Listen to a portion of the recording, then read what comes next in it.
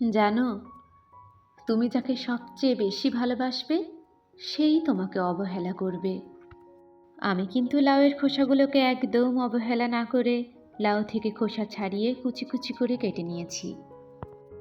রসুন ও পেঁয়াজগুলো একটু বড় করে কেটে নিয়ে অন্যদিকে ফ্রাইং প্যানে অল্প তেল গরম করে নিয়েছি। তোমরা যারা রসুনের গন্ধ একদম পছন্দ করো না, তারা তেলের মধ্যে প্রথমে রসুনগুলো হালকা লালচে করে ভেজে নেবে।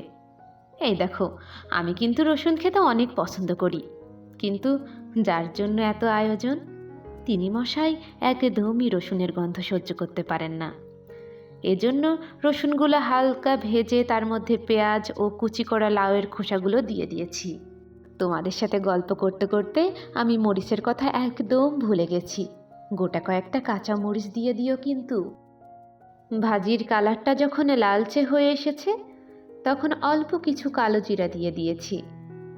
তুমি বোধহয় জানো না, কালো জিরাকে সর্পরোগের ঔষধ বলা হয়।